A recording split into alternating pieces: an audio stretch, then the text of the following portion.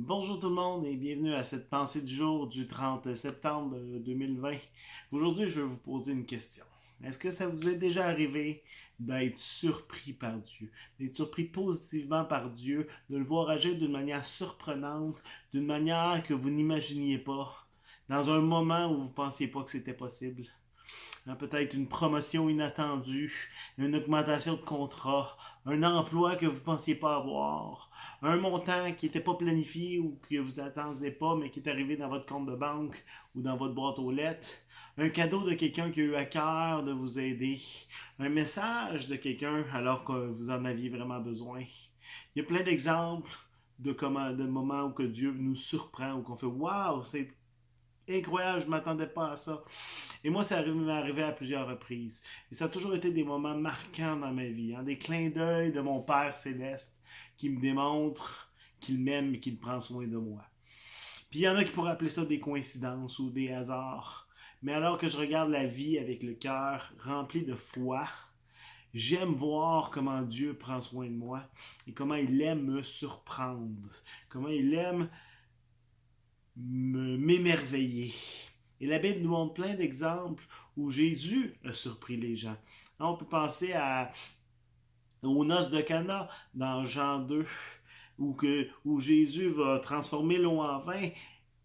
Et le responsable du mariage, le responsable de la fête va dire, normalement on sert le vin meilleur au début, mais toi tu le sers à la fin encore, et l'homme est surpris par le miracle, est surpris par ce qui se passe.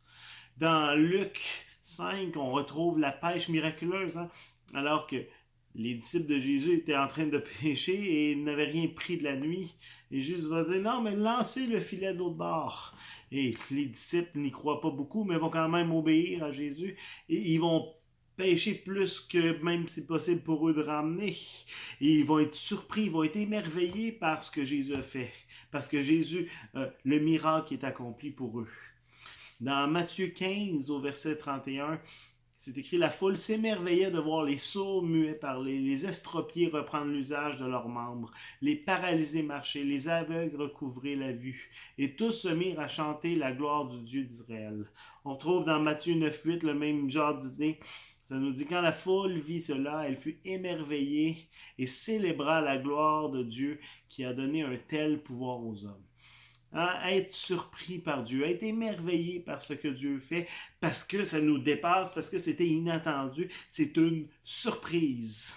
Et être surpris, ça implique de ne pas s'attendre à quelque chose. Hein. Ça implique de penser que c'est le contraire qui va arriver. Ça implique parfois de devoir attendre, de voir l'espoir diminuer, de ne pas imaginer la chose possible, de voir le temps passer, le délai arriver, sans voir la solution se présenter. Mais Dieu nous appelle à continuer à lui faire confiance, à croire qu'il demeure en contrôle, qu'il continue à prendre soin de nous, qu'il connaît ce qui est le meilleur pour nous et qu'il veut nous donner ce dont nous avons vraiment besoin. Et lorsqu'on est surpris par Dieu, lorsque Dieu agit et qu'il nous surprend, alors qu'on s'y attendait pas, alors qu'on imaginait que c'était plus possible, mais que Dieu agit, qu'il nous surprend, qu'il fait d'une manière qu'on ne pensait pas possible, alors ça devient impossible de garder la gloire pour nous. Ça devient impossible de penser que ce qui a été accompli, c'est grâce à nous, c'est grâce à ce qu'on a fait, c'est grâce à notre mérite. Quand Dieu nous surprend, ça nous emmène, comme les contemporains de Jésus, comme dans les textes qu'on a lus, à donner toute la gloire à Dieu. À réaliser que c'est seulement Dieu qui a pu faire ce qui s'est passé. À voir avec les yeux de la foi et à voir Dieu qui agit dans des circonstances qui pourraient sembler banales, mais des circonstances de notre vie, et à dire, wow, Seigneur, tu m'as surpris. Tu as agi d'une manière que je n'imaginais pas. Tu as agi d'une manière miraculeuse, d'une manière au-delà de ce que je pouvais imaginer.